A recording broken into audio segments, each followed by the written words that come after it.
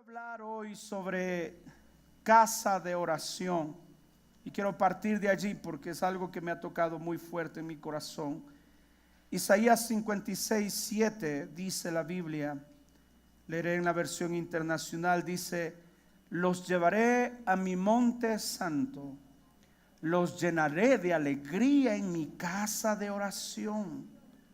Aceptaré los holocaustos y sacrificios que ofrezcan sobre mi altar. Y quiero que usted lea conmigo desde allí: porque mi casa será llamada casa de oración para todos los pueblos. ¿Será que usted puede leer de nuevo, por favor, este versículo 7? Leamos juntos 2, 3.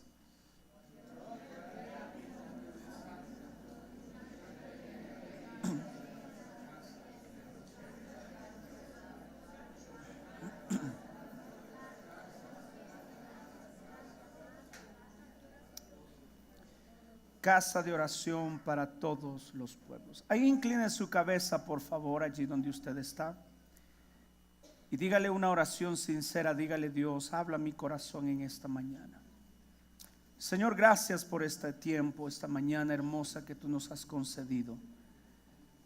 Habla nuestro corazón el día de hoy, Señor. Abro y dispongo mi mente, mi espíritu, mi corazón, mi alma, todo mi ser, para recibir tu poderosa y santa palabra, que de seguro me va a edificar a mi vida. En el nombre de Jesús, amén, gloria al Señor. Muchos nombres se han dado para llamar al lugar donde los cristianos nos reunimos a adorar a Dios. Muchos dicen que este lugar donde estamos congregados hoy se llama iglesia. Otros dicen se llama templo. Otros dicen se llama casa de adoración. Otros dicen es el lugar de reunión. Muchas personas, y en la Biblia mismo se refiere como el tabernáculo, el lugar donde descendía la presencia de Dios. Y podemos nosotros citar varios nombres, pero la Biblia habla de un nombre en particular y dice que esta es la casa de oración. No dice casa de alabanzas, que aunque son importantes.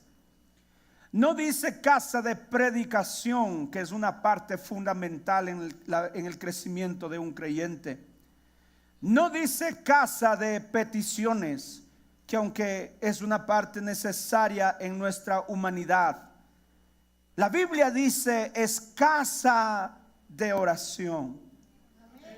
Casa de oración. Ahora, cuando hablo de oración, y voy a pedir que me pongan las diapositivas por lo menos mientras voy avanzando. Cuando hablamos de oración, cuando hablo de casa de oración, tengo que definir qué es la oración. La oración, según el diccionario bíblico, es diálogo del hombre con Dios. Diálogo del hombre con Dios. Es un acto, escuche esto, de adoración y de comunicación. Es un acto de adoración y de comunicación. Esto por lo menos me hace entender que oración, de una forma mucho más simplificada y sencilla, significa conversar con Dios, donde mi actitud es una actitud de reverencia, de adoración, y donde hay una comunicación desde las dos partes. Hablo yo y el Señor escucha, luego el Señor habla y yo escucho. Esto es muy importante que lo podamos considerar, iglesia. Y quiero que usted pueda ponerse esto en su corazón. Y lo voy a volver a recalcar, y perdóneme si redundo en este momento, pero orar tiene que ver con hablar con Dios, con una actitud de reverencia, donde entablamos una comunicación, donde yo hablo, el Señor escucha, pero también es necesario que Él hable y que yo escuche. Orar no se trata de un monólogo, es decir, donde yo hablo absolutamente todo y lo demás no importa. Orar es, hablo yo y Él escucha, y luego habla Él y yo escucho. ¿Me estoy haciendo entender en esta mañana? Espero que sí. Ahora, voy a ir avanzando y en un momento me centraré de nuevo en esto. Aunque en la Biblia no existe un orden sobre cuándo orar, en qué momento orar. Pero por lo menos el judío acostumbraba orar 3 veces al día. Daniel menciona que oraba 3 veces al día. David oraba 3 veces al día. Y las horas de oración eran en más o menos aproximadamente dentro de este tiempo. A la hora tercera, es decir, 9 de la mañana, según Hechos 2:15. A la hora sexta, es decir, al mediodía, las 12 del día, según Hechos 10:9. Y a la hora novena, es decir, las 3 de la tarde, según Hechos 3:1. Es decir, a las 9, a las 12 y a las 5 o a las 3 de la tarde, 15 horas, 3 de la tarde. Son los 3 horarios que un judío normalmente acostumbraba a orar. Y cuando el judío oraba, se acostumbraba a mirar hacia Jerusalén. Y los que estaban en Jerusalén acostumbraban orar en dirección al templo. Ahora, esto me llama mucho la atención porque de alguna forma el Señor estableció que el templo sea el lugar donde se iban a levantar plegarias delante de Dios. Incluso a Salomón le dijo: cuando tú ores aquí, yo escucharé, yo sanaré tu tierra, yo vendré a vosotros. Es decir, era un lugar muy especial y el judío tenía eso muy claro en su corazón, que debían orar en dirección al templo. Ahora, antes de llegar a este punto de la casa de oración, quiero hablar de 2 personas que entendieron el poder y la eficacia de la oración y lo convirtieron en un diario vivir, en una costumbre sana y tal vez no monótona, pero sí algo que lo hicieron parte de su vida. En primer lugar, déjeme hablar sobre Moisés. Para Moisés la oración era una necesidad. Para Moisés la oración era una necesidad. Y quienes están siguiendo el reto de leer la Biblia en 6 meses, todos estos días hemos visto la historia prácticamente de Éxodo, Levítico, Números, y estamos nosotros encontrando cómo Moisés en cada momento, en cada circunstancia, Moisés está entrando a la presencia de Dios a orar. A orar. Ahora, déjeme le explico por qué. Moisés dirige un pueblo de cerca de 3 millones de habitantes. Es un pueblo numeroso. Y encima de eso es un pueblo rebelde. Un pueblo cabezón y duro. Y apenas este pueblo podía, se desviaba tras los dioses que el Señor había dicho días atrás que no deberían adorarlo. Moisés está en un aprieto de dirigir a un pueblo tan numeroso. Soy padre de 3 hijos y a veces los 3 hijos ya no sé cómo dirigirlos. Soy pastor de una iglesia de cerca de 400 miembros y a veces los 400 miembros ya no sé qué hacer con ellos, con ustedes en otras palabras. Tengo muchas canas y la Biblia dice que las canas son honra y sabiduría. Quiero pensar eso para no considerar que por culpa de algunos de ustedes me estoy envejeciendo. Pero qué difícil es guiar un pueblo tan pequeño. ¿Se imagina Moisés guiando a una muchedumbre de más de 1 millón de personas? Muchos dicen 3 millones de personas. ¿Se imagina lo que es pensar, organizar y administrar? Yo no me había dado cuenta de eso, pero incluso en las escrituras mismo vemos cómo el Señor trató de legislar y de alguna forma dar ciertos parámetros. Pero permítame solamente decirle esto, solamente para pensar. Cuenca tiene 600,000 habitantes, 500,000, 600,000. Solamente déjeme pensar en una cosa. ¿Se puede imaginar cómo organizar 3 millones de personas nada más para lo que es las necesidades fisiológicas?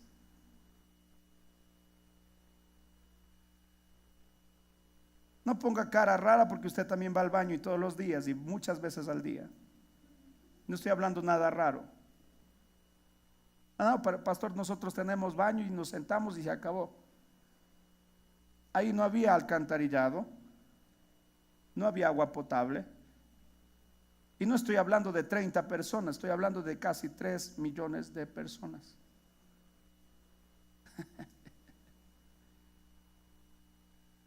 Si puede imaginar la magnitud. Aquí en nuestra ciudad es una de las ciudades con la mejor agua que hay en el mundo.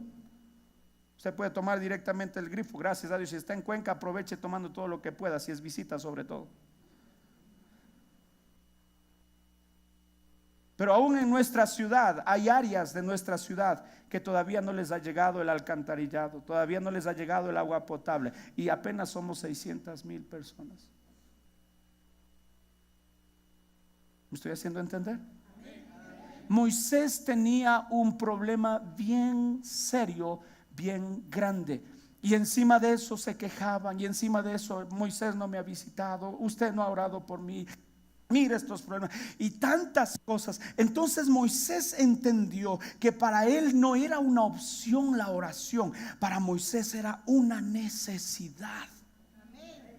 Y por eso todo el tiempo no sabía qué hacer. A veces Dios estaba enojado con el pueblo: los voy a matar, los voy a exterminar. Y Moisés iba corriendo a la presencia de Dios: Señor, no los mates, ten misericordia. Un día el Señor dijo: ya me cansé de ustedes, yo no me voy a ir con ustedes, voy a mandar un ángel, pero yo no voy. Y fue a la presencia de Dios: Señor, ¿qué hacemos si tú no estás con nosotros? Mejor nos quedamos quietos. Si tú no vas, yo no salgo tampoco, Señor. Moisés está todo el tiempo porque para él era una necesidad urgente. Y dice número 7:89. Me tocó este versículo, incluso esta semana lo subí en mis redes. Dice: cuando Moisés entró en la tienda de reunión, número 7:89, cuando Moisés entró en la tienda de reunión para hablar con el Señor, para hablar con el Señor, para hablar con el Señor, para hablar con el Señor, escuchó su voz de entre 2 querubines desde la cubierta del propiciatorio que estaba sobre el arca del pacto. Así hablaba el Señor con Moisés. Fue hablar con Dios, pero también Dios hablaba con Moisés. No me estoy haciendo entender. Él fue a hablar con Dios, a conversar con él, pero luego él guardaba silencio y escuchaba la voz de Dios, porque Dios también sabe hablar. Y la oración tiene que ver con eso, con comunicación.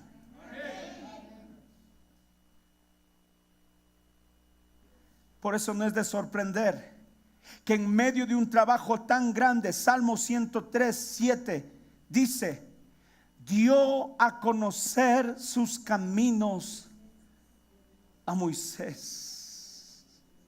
Dio a conocer sus caminos a Moisés. Moisésito, no sabes qué hacer, venga mi hijo, yo se lo voy a explicar. Sí, Señor, explícame porque no tengo la menor idea. Dio a conocer sus caminos a Moisés. dio a conocer sus caminos. En otra versión dice sus planes, los planes de Dios los dio a conocer a Moisés. ¿Cuándo? En el tiempo que estaban en la oración. Y dice, y reveló sus obras al pueblo de Israel. Con razón, si hay un líder tan eficiente como lo fue Moisés, no fue por su habilidad, no fue por su carisma, no fue por su talento, fue porque iba a la fuente de la sabiduría, iba a la fuente del poder, a la fuente del gobierno, iba a la presencia de Dios. Alguien le da un aplauso al Señor en esta mañana.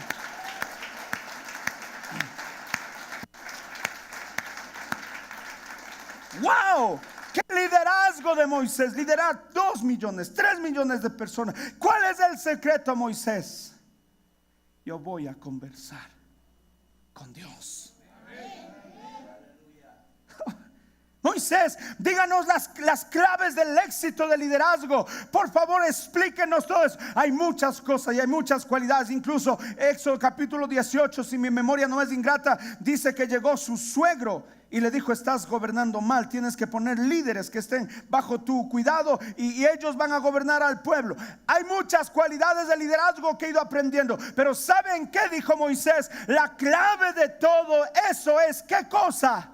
Ir a la presencia de Dios en oración. Yo hablo y Él oye, pero luego yo callo y Él habla. Y cuando Él habla, dice los caminos, sus planes. Él me cuenta, me avisa, me explica. Entonces yo sé qué hacer, por dónde ir, por dónde hacer. ¿Por qué?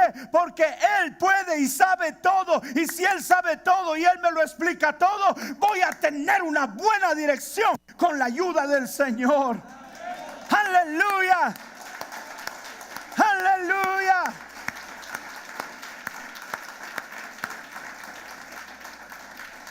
Diga conmigo, la oración es una necesidad. Yo quiero poner en estos meses, en estos días, esa urgencia en usted y en mí de orar. El otro día me arrodillé, estaba pensando, y yo he estado enseñando estas 4 semanas aquí en la iglesia. Pensé, saqué unas cuentas, son números muy altos. Y cuando empecé a mirar los números tan altos, no pude aguantar más. Caí de rodillas. Dije: Señor, ¿quién soy yo para poder guiar algo tan grande? Yo no puedo. Señor, yo no puedo. Yo no puedo. Dirigir 300 me cuesta. Y doblé mi rodilla. Dije: Señor, dame sabiduría, dame dirección. Y estos días he estado orando: Señor, ¿qué hago? ¿Qué decisión tomo? ¿Hacia qué dirección me encamino? ¿Por qué? Porque los caminos o sus planes los puede notificar Él, pero no lo va a hacer por medio de Facebook. No lo va a hacer por medio de WhatsApp. No lo va a hacer en el chisme por ahí. No. No. Tal vez, si es necesario, aún tendré que parar de hacer muchas cosas, pero si quisiera darle más importancia y más tiempo a la oración, a la palabra. ¿Por qué? Porque para mí es una necesidad. Pastor, ¿qué hago con mi esposo? ¿Qué hago con mis hijos? ¿Qué hago? Pregúntele al que sabe todo. Pastor, ¿me puede dar un consejo? ¿Usted es psicólogo? Sí, puedo darle un consejo y le puedo ayudar en lo que pueda, pero hay cosas que yo no tengo la respuesta. Pero cuando usted va a la presencia de Dios, Él lo sabe todo. Le digo, Él lo sabe todo. ¿Quieres saber cómo ser un buen padre? Vaya a Él. Él es el mejor padre que hay en esta tierra. ¿Quieres saber cómo administrar sus bienes, sus finanzas, cómo tener éxito financiero? Vaya a Él. Él es uno de los mejores administradores que hay en este universo. ¿Quieres saber algo? Vaya. Por eso dice: clama a mí yo te responderé y te enseñaré. Se da cuenta que la oración es clama y luego yo te enseño. Clama y luego yo te enseño. Y te enseñaré cosas grandes, cosas ocultas que tú no sabías. ¿Cómo voy a saber yo? Él lo sabe porque son sus planes. Y esos planes me los quiere mostrar a mí. ¿Dónde? ¿Dónde?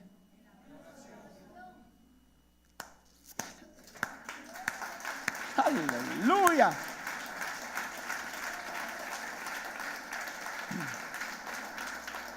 Para Moisés la oración era una necesidad.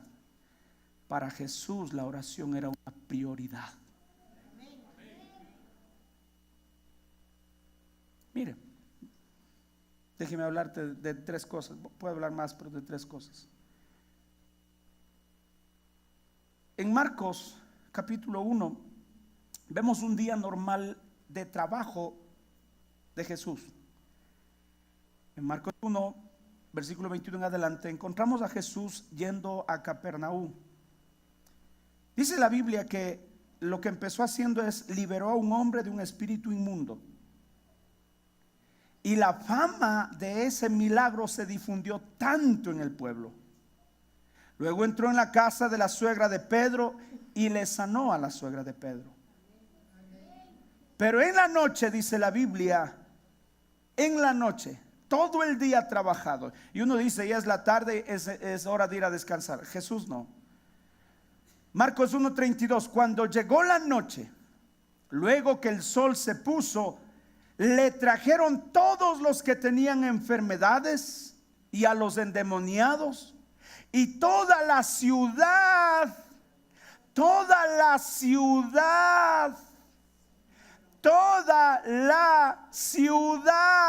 ¿se imagina el trabajo?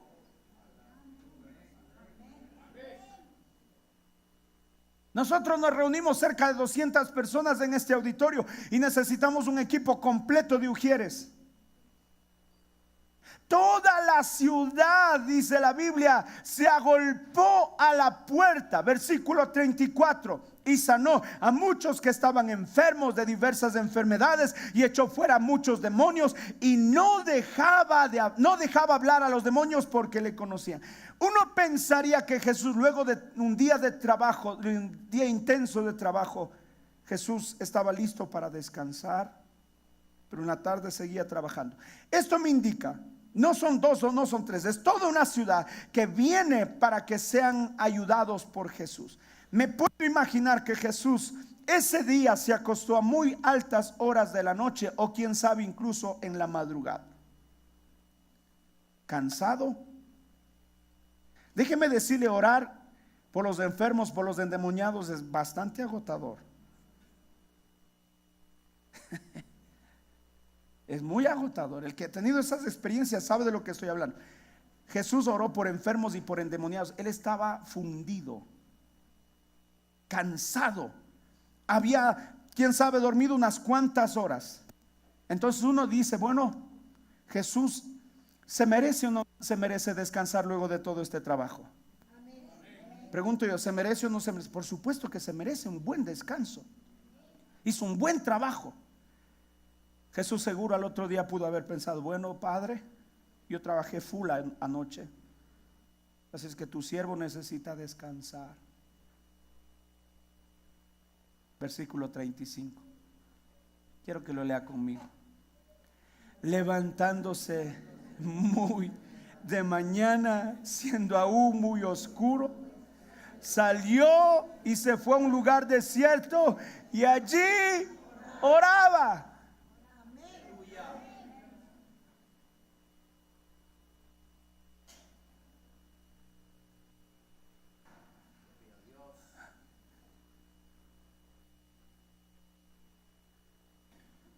Muy de mañana, siendo aún muy oscuro. Jesús merece descansar.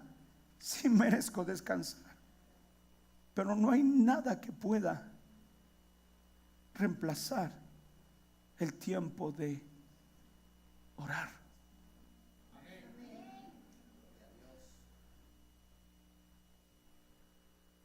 Que Dios me ayude y me use en esta hora para poder transmitir esta verdad a su corazón. No hay nada, no importa cuán cansado usted y yo estemos, aunque esté cansado o no, todavía seguimos teniendo lucha espirituales. Y todavía sigo necesitando del Señor.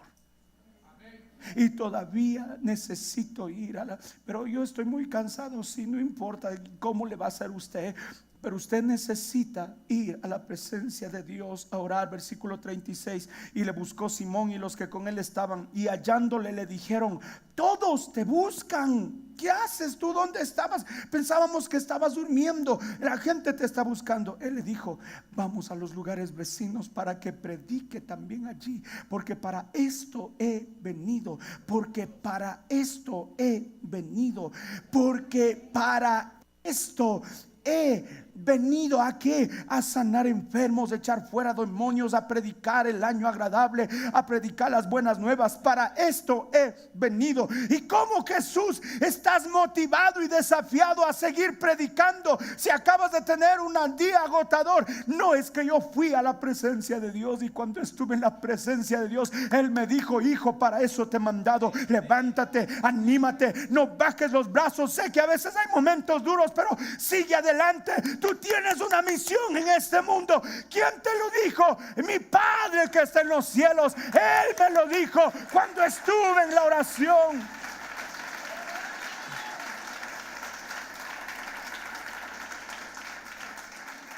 Y predicaba en las sinagogas de ellos en toda Galilea y echaba fuera demonios. Para Jesús era una prioridad. Por eso Jesús oró a pesar de sus ocupaciones. Apunte allí: número 1, a pesar de las ocupaciones. Pueden seguir en las diapositivas adentro, por favor. A pesar de sus ocupaciones. Pastor, estoy muy ocupado. Con más razón necesito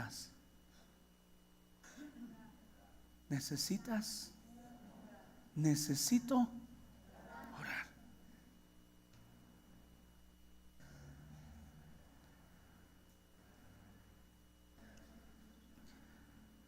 Número 2, cuando tienes que tomar decisiones cruciales. Lucas 6:12 dice: en aquellos días él fue al monte a orar.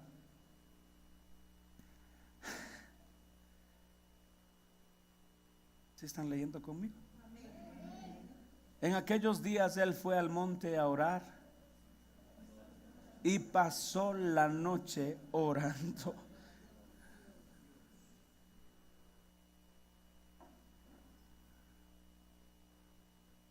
No lo estamos leyendo. Yo quiero leerlo de nuevo con usted, si es tan amable. En aquellos días él fue al monte a orar y pasó la noche orando a Dios.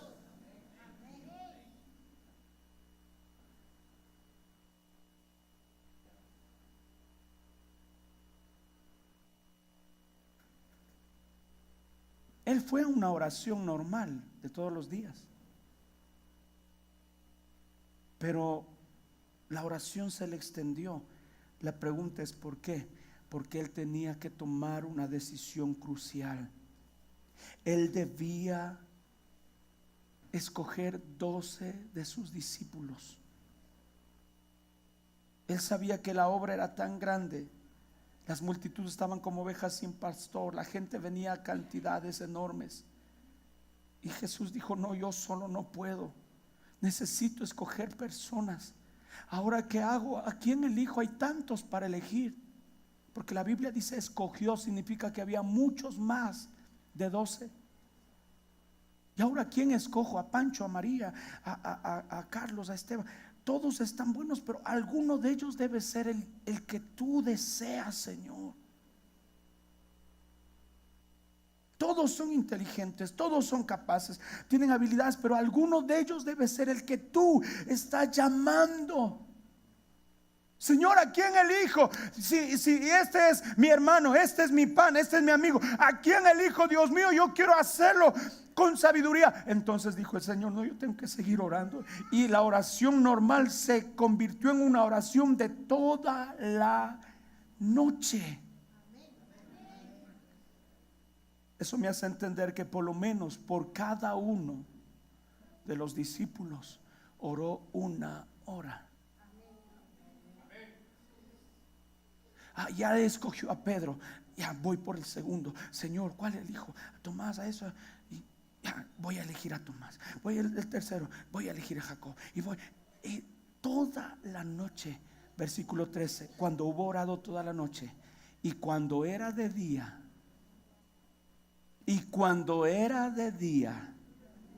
llamó a sus discípulos y escogió a 12 de ellos, a los cuales también llamó apóstoles.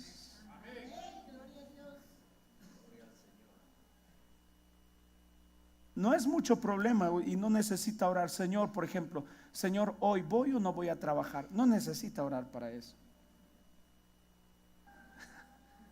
Que algunos están orando y esperando que Dios le diga, no, mijito, no vaya hoy día, falte nomás. Yo voy a mandar un ángel que trabaje en vez suyo. Eso quisieran algunos. Arrepiéntase en el nombre de Jesús. Pero ¿qué cuando usted, por ejemplo, tiene 2 opciones de trabajo o 3 opciones de trabajo? ¿Me están escuchando? ¿Qué cuando usted tiene que hacer un negocio y tiene 3 opciones o 3 maneras de hacer el negocio? Mi pregunta es, ¿qué va a hacer usted cuando tiene que tomar una decisión crucial?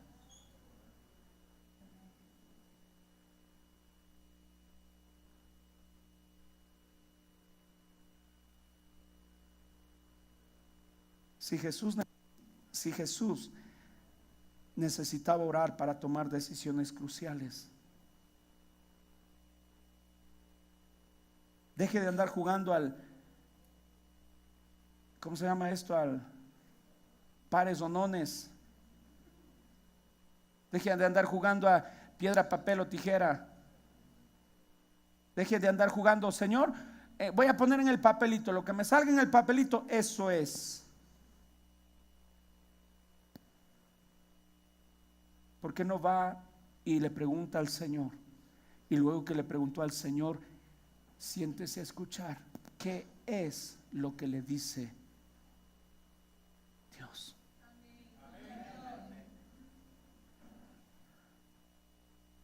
¿Cuántas veces hemos estado en momentos difíciles en de tomar decisiones? ¿Hago o no hago? Y yo no me he movido. He dicho, Señor, aquí voy a estar, no voy a hacer nada. Normalmente el Señor es en las madrugadas, me levanta y me dice, me da esa convicción. Es la forma como Dios habla conmigo, me da esa convicción. Cristian, hazlo. Yo a veces a esa hora le llamo a mi esposa y le digo, amor, es hora, hagámosle, metámonos en esto. ¿Por qué? Porque Él me lo dijo. Y cuando Él lo dice, hermano, déjeme decirle, todo sale de la mejor manera. Número 3, Jesús oró en medio de la presión, la tristeza, en medio del dolor. Mateo 26:36 dice, entonces llegó Jesús con ellos a un lugar que se llamaba Getsemaní, y dijo a sus discípulos, sentaos aquí, entre tanto voy allí y oro. Entre tanto que voy allí y oro. ¿Están conmigo? Síganme en la pantalla. Y tomando a Pedro y a los 2 hijos de Zebedeo, comenzó a entristecerse y a angustiarse en gran manera. ¿Cómo estaba Jesús? Triste, angustiado. Entonces Jesús les dijo, mi alma está muy triste hasta la muerte. Yo no sé si usted ha llegado a esos puntos de depresión o de angustia o de desesperación. Mi alma está angustiada hasta la muerte. Me estoy muriendo por dentro, estoy acabándome por dentro. No sé qué hacer, qué decisión. Quedaos aquí y velad conmigo. Yendo un poco adelante, se postró sobre su rostro orando y diciendo, Padre mío, si es posible, pase de mí esta copa, pero no sea como yo quiero, sino como tú. Vino luego a sus discípulos y los halló durmiendo. Y dijo a Pedro: ¿así que no habéis podido velar conmigo una hora? Velad y orad para que no entréis en tentación. El espíritu, la verdad, está dispuesto, pero la carne es débil. Otra vez fue y oró por segunda vez. Diga conmigo, segunda vez. Diciendo: Padre mío, si no puedes pasar de mí esta copa sin que yo la beba, hágase tu voluntad. Vino otra vez y los halló durmiendo, porque los ojos de ellos estaban cargados de sueños. Y dejándoles se fue de nuevo y oró por tercera, diga conmigo, tercera vez, diciendo las mismas palabras. Entonces vino a sus discípulos y les dijo: dormid ya y descansad. De aquí la hora, ha llegado la hora, y el Hijo del Hombre es entregado en manos de pecadores. Levantaos, vamos, ved, se acerca el que me entrega. Le puedo decir, humanamente, quizás el momento menos indicado para orar es cuando estamos decaídos, débiles, sin fuerzas, deprimidos. Estoy hablando humanamente. ¿Cuándo usted ora? Cuando está motivado. Bueno, yo sé que a ustedes no les pasa, tal vez me pasa solo a mí, está bien, no hay problema. Me hacen sentir raro ustedes aquí, pero no hay problema. Cuando uno se pone a orar, cuando uno está motivado, encendido, y gloria a Dios, y ni siente el tiempo. Pero ¿qué cuando está desanimado? ¿Qué cuando está en angustia? ¿Qué cuando está en desesperación? ¿Qué cuando está deprimido? ¿Qué cuando usted está: oh, me quiero morir, me voy a cortar las venas, me voy a largar lejos, ya no quiero saber nada de Dios, de la iglesia, de nada, hasta aquí llegue? ¿Qué cuando está en esos momentos? Es el peor momento para orar, pero es cuando más necesitamos orar. ¿Sabe por qué?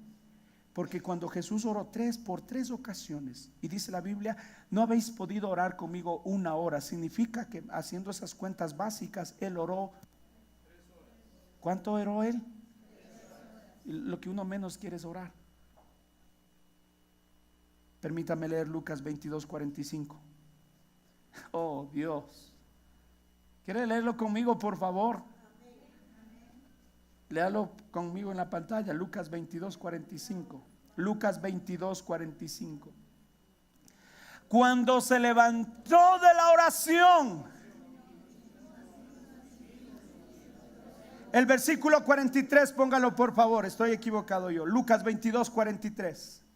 Y se le apareció un ángel del cielo para fortalecerle. No, usted anda dormido. Cuando terminó de orar esas 3 horas, en esa angustia, en esa desesperación, orando: Padre, si es posible, estoy angustiado hasta la muerte, no sé qué hacer, Dios mío, estoy deprimido, estoy en angustia, en desesperación, mi corazón está latiendo a 1000 por hora, Dios, ¿qué hago? ¿Qué hago? Y está orando a su Padre en ese lugar. Y cuando terminó de orar, se le apareció un ángel del cielo y le dijo: Jesús, no se preocupe, Dios está contigo, no te desanimes, levántese, ánimo, fortalécete, hijo mío. No estás solo, Dios está contigo. El ángel lo estaba fortaleciendo.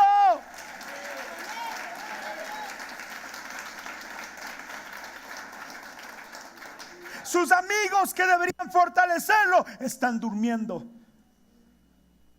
Sus amigos, que deberían darle palabras de ánimo, están cansados y están durmiendo. ¿Sabes qué? En esta hora puedo decirte: habrá momentos donde nadie va a estar contigo, donde nadie te va a entender, donde nadie te va a ayudar, donde nadie te vas a quedar completamente solo. Pero anda a la presencia de Dios, y te digo algo: vas a tener compañía celestial en los momentos más duros de tu vida.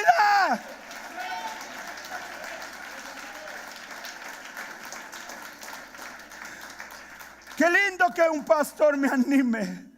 Qué lindo que mi líder me anime, qué lindo que mi supervisor me anime, pero ¿qué se puede comparar a que huestes celestiales vengan y me digan: Cristian, tranquilo, estás sufriendo, yo sé, estás llorando, yo sé, estás en angustias, yo sé, pero mi hijo, no estás solo, aquí estoy yo y conmigo está la presencia de Dios. Yo quiero ese ánimo.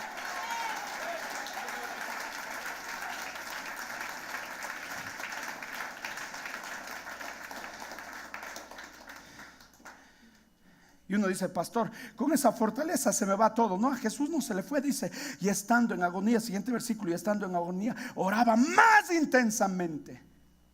Versículo 44 estoy.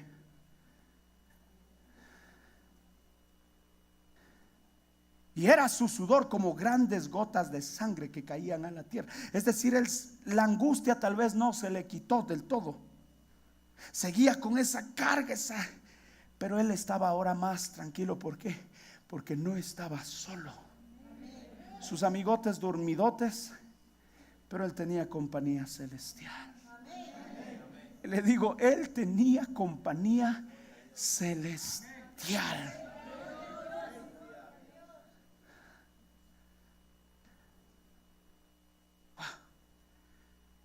Uf.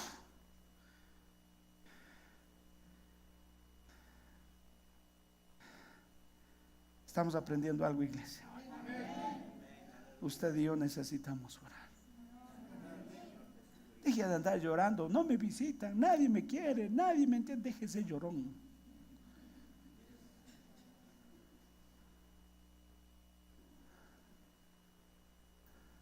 Mejor póngase a qué. Usted venga un día: pastor, usted no me visita, pero no se preocupe, había un ángel que estaba ahí conmigo. Wow, yo no sé si le voy a tener envidia. Le voy a decir: deme un poquito de ese ángel a mí también. Alguien quiere esa compañía. Una cosa es que esté un ángel por ahí sin hacer nada, pero otra cosa es que venga y le diga: hermana, no se preocupe, el ángel. Que el ángel venga a animarte. No sé si me estoy haciendo entender. Que el ángel venga a animarte.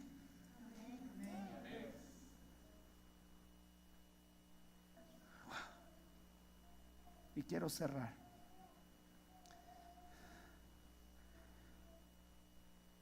Pastor, usted dijo que el tema es casa de oración.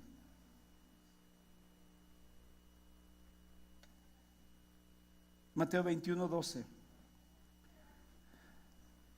Y entró Jesús en el templo de Dios y echó fuera a todos los que vendían y compraban en el templo, y volcó las mesas de los cambistas y las sillas de los que vendían palomas, y les dijo: escrito está, mi casa, casa de oración será llamada, mas vosotros la habéis hecho cueva de ladrones. ¿Sabe que cuando Jesús empezó su ministerio, empezó haciendo este tipo de limpieza en el templo? Juan 2:13 dice la Biblia que hizo exactamente igual. Ahora, 3 años más tarde, el templo estaba profanado de nuevo por los negocios religiosos de los líderes. Incluso refieren que el mismo Caifás era uno de los... Déjeme ponerle en contexto. Déjeme ponerle un poquito para entender esto. No, yo no lo creía, pero a veces sucede que en lugares donde hay mucho comercio, en las ferias, en lugares, hay hermanos que trabajan, tienen sus negocios allí, me pueden dar la razón. En lugares así hay determinado grupo de personas que toman control de todo. Se hacen hasta cierto punto los dueños de la feria, digámoslo de esa manera. Y ellos ven, ellos organizan. Hay autoridades y todo, pero no pueden hacer nada. Es un asunto como público, pero a la vez solo de los que están ahí saben. ¿Cuántos saben de lo que estoy hablando? Hay una rosca y déjeme decir, tal vez me atrevo hasta a ser un poco más extremo, es casi como una mafia. Y ahí ellos decidían quién vendía, quién no vendía. Ellos ponían los precios, ellos hacían todo. ¿Y sabe qué? El pedido del Señor fue: cuando ustedes vayan al templo a adorar, nunca vayan con las manos vacías. Necesitan siempre presentar holocausto y sacrificio. Entonces venían pueblos lejanos, pueblos distantes de otras naciones, y ellos habían escuchado de hablar de este Dios y todo eso, y venían al templo y sabían que al templo no podían ir con las manos vacías. Y ellos, como no conocían estas reglas y todo eso, venían al templo, y en la entrada normalmente se vendían estos animales para los sacrificios y los holocaustos. Esto hasta cierto punto estaba bien, pero empezaron a desviarse el propósito original de las ofrendas y de los sacrificios. Y en vez de ser un lugar donde usted le ofrecía ayudar, usted viene de otro país, no sabe, mire, aquí las reglas son: para adorar usted tiene que llevar esto, un cordero, un buey, una paloma, usted tiene que llevar. No sabía. ¿Y ahora dónde puedo conseguir? Entonces se estableció que en los atrios, en las entradas del templo, se estableció lugares donde se podía ofrecer, para que los extranjeros principalmente puedan entregar su ofrenda para el Señor. Ahora, ellos habían hecho de esto un negocio, una mafia, donde ya no estaban preocupados en que la gente venga a adorar al Señor, sino estaban preocupados en cuánto voy a ganar. Y escúchenme esto, y por eso es casa de Dios el tema. Y el objetivo principal, que era la casa de Dios, el templo, el tabernáculo, el lugar donde se venía a adorar, donde se venía a orar, donde se venía a ofrecer delante de Dios incienso de alabanza y de gloria, el lugar donde su presencia santa, santa, santa, iba a descansar, y donde su pueblo se reuniría a proclamar su nombre, a poner petición y a levantar oración delante de Dios. Ese lugar santo se había convertido en un lugar de negocio. Dice la Biblia, cueva de ladrones. ¿Sabe lo que significa cueva de ladrones? El lugar donde se ocultan los que han hecho su fechoría.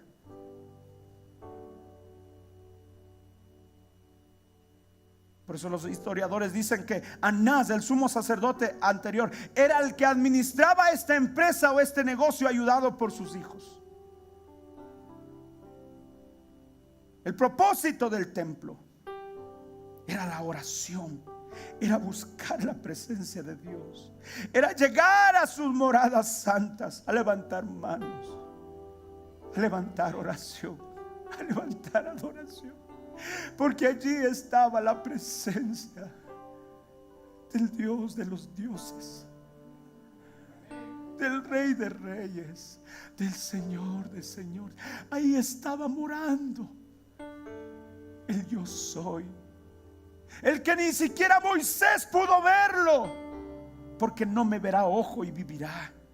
Esa presencia que cuando Moisés entró a ese lugar, pasó 40 días, 40 noches expuesto a la presencia de Dios, y luego salió de ese lugar. La gente no lo podía mirar porque su rostro y sus vestiduras brillaban, pues había estado expuesto a la presencia de Dios. Esa presencia que dijo por medio de truenos y de tantas en el monte del Señor, dijo: no se acerquen al monte porque ustedes pueden morir, porque este monte es santo. Yo estoy aquí. Esa era la presencia que iba a estar en la casa de oración. Y como el pueblo desvió los propósitos, el Señor se enojó y le dijo: ustedes, la casa de oración, la han convertido en la morada o en la cueva donde ustedes hacen lo que ustedes quieren, en la casa de oración.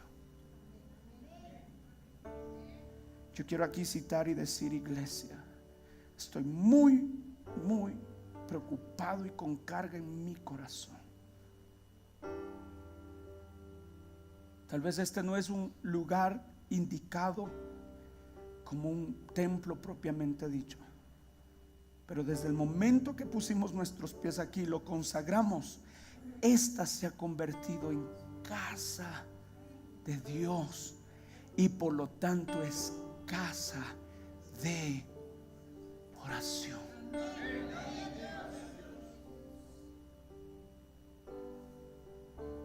Yo quiero que usted y yo sepamos a qué venimos a este lugar. No es casa de alabanzas, aunque cantamos. No es casa de predicación, aunque hago lo mejor que puedo para enseñarle la palabra a usted.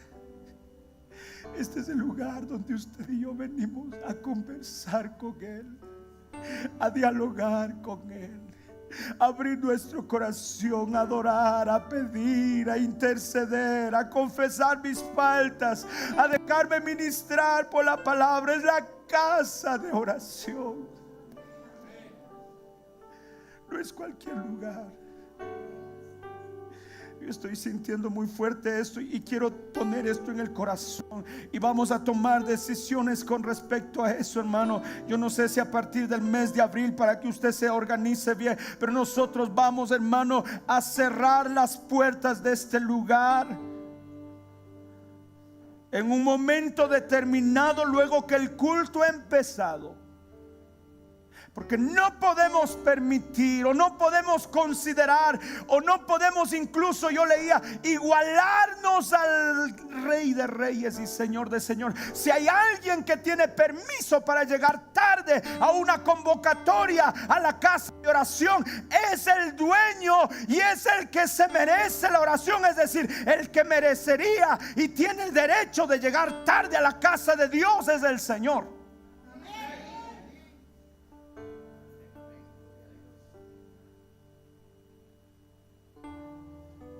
Hace un tiempo atrás el señor presidente de la República convocó a una cena especial a todos sus gabinetes y sus altos mandos de su gente, de su equipo, y él los invitó a la cena y la mayoría llegaron tarde.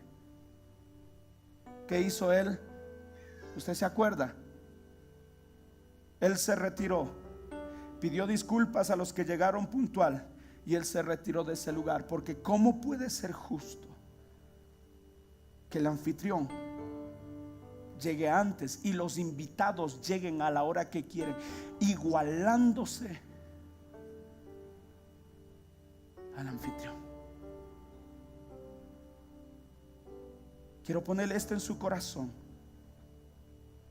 Vamos a tener más celo por este lugar. Este no es cualquier lugar. Esta es la casa de oración.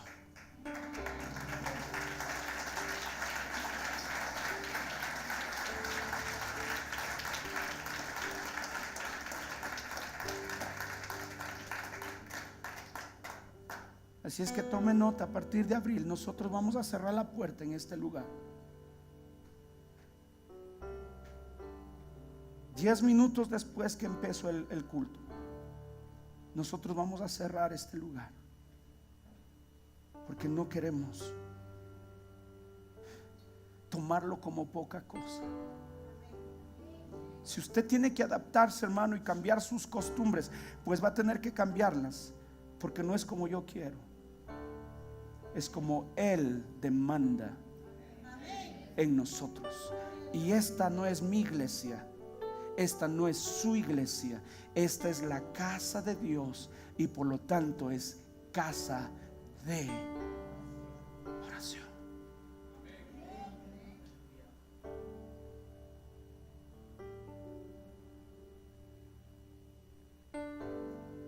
Escucha esto: cuando Jesús desechó a todos esos ladrones, versículo 14, siguiente versículo de Mateo 21, y vinieron a él en el templo ciegos y cojos y los sanó. No sé si me estoy haciendo entender. Una vez que se limpió la casa, una vez que tomaron las cosas en su lugar. Por eso, padres, enseñen a sus hijos.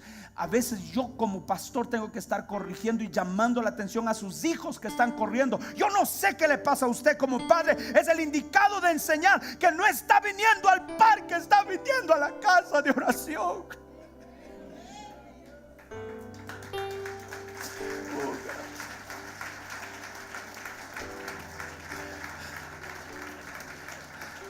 Mi padre, mi madre, hasta el día de hoy tengo un trauma. No me gusta que nadie me toque la oreja, porque mi padre me jalaba las orejas. No es la mejor forma, pero le agradezco a Dios porque me enseñó a tener respeto por la casa de oración. No es mi casa. Aún en mi casa demando respeto. Aún en mi casa, mi esposa dice a la hora de comer, pues todos vamos a comer. No es a la hora que yo quiero, es cuando se tienen que hacer las cosas. Si en mi casa tengo eso, cuánto más en esta casa, que es casa de oración. No es cueva de ladrones, es casa de oración. Empiece usted como padre, venga puntual, venga antes del culto para doblar sus rodillas, y cuando venga no se ponga a comadrear y a conversar. No es lugar para chismes, no es lugar para comadreo, es casa de oración.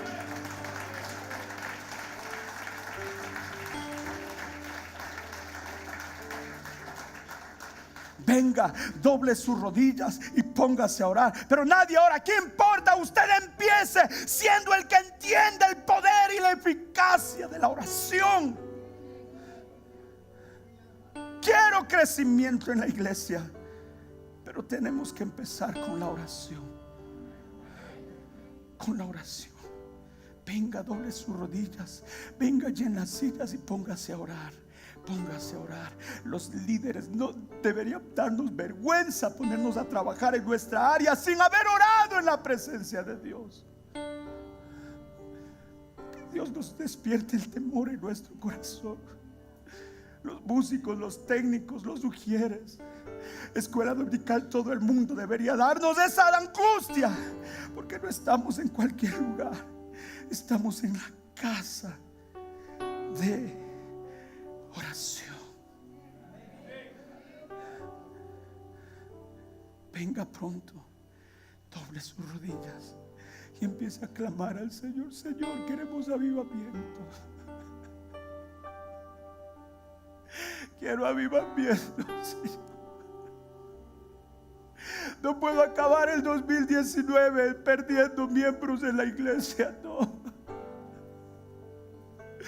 Danos avivamiento, Señor. Ayúdanos a ganar las almas. Esa debería ser su oración, y unirse con sus pastores a orar por eso. Orar y orar y orar. Orar para que el pastor Dios lo use con el mensaje, para que ese mensaje toque el corazón de alguien. Orar, orar, orar, orar. Pastor, ya oré. Pues siga orando, porque está en la casa de oración. Es que pastor, ya no sé qué más orar. No sé. Vuelva a arrodillarse y póngase a escuchar la voz de Dios, porque Él está aquí y Él lo puede hablar. Pero esta es casa de oración.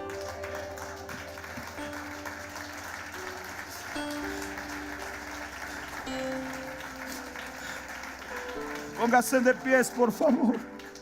Y cuando hubieron orado, vinieron a Él en el templo, ciegos y cojos, y Jesús los sanó. Yo quiero ver milagros en esta iglesia, pero limpiemos primeramente nuestras actitudes. Puse al final en mi conclusión estos versículos. Si pueden poner Marcos 6:3.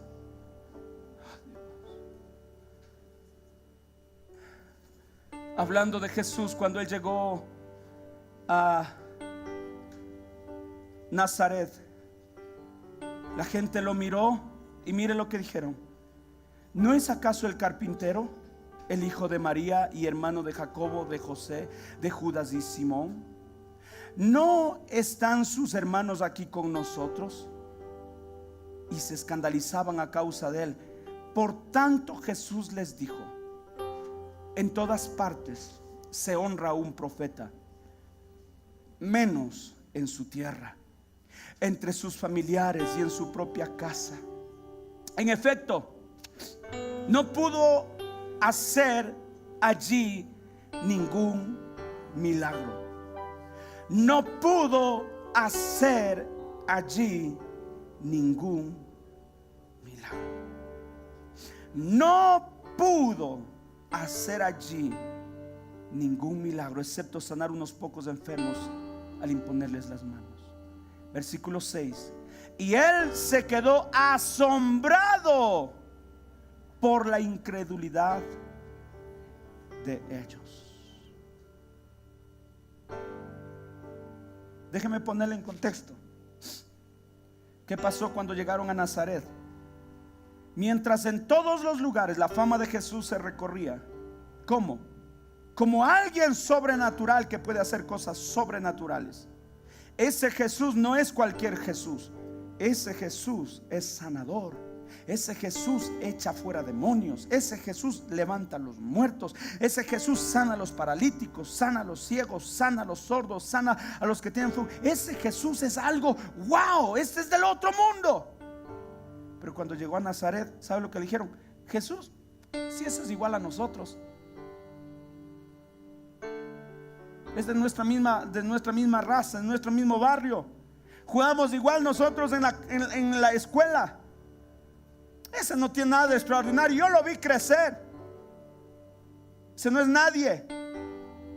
Cuando la gente bajó y disminuyó su gloria y la puso a un nivel de sus iguales, Jesús no hizo ni un milagro. Al contrario, se asombraba. ¿Cuán incrédulos puede ser alguien? ¿Sabe qué es lo que yo pienso?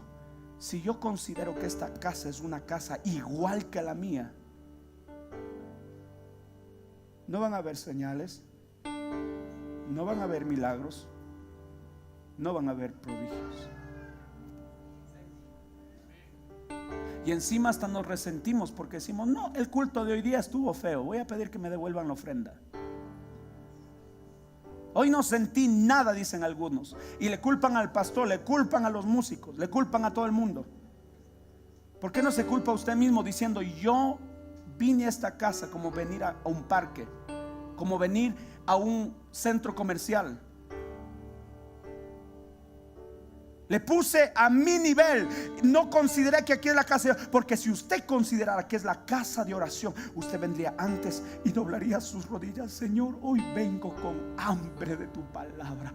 Habla mi corazón. Usa las alabanzas, usa los mensajes, usa un hermano, Dios mío, que me dé una palabra de aliento. Yo quiero hoy salir bendecido. No quiero salir igual que como entré. Dios mío, quiero que tú toques hoy mi corazón, renueves, cambies, me alientes, me motives. Si usted viniera a llorar en este lugar, en la casa de oración, le digo algo: no importa si los músicos cantan feo, no importa si el pastor se salió de la homilética y la hermenéutica. ¿Sabe qué va a suceder? Usted oró al Rey y Él va a hablar con usted y lo va a bendecir.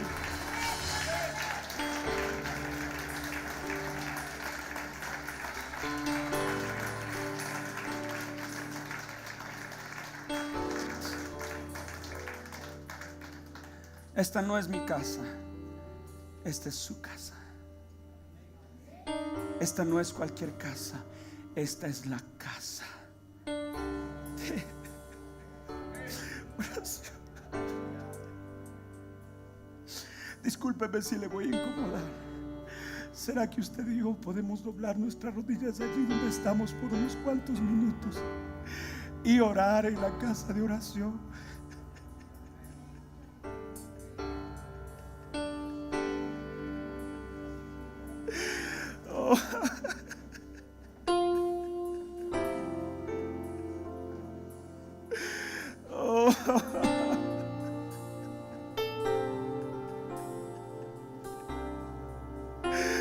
Perdónanos.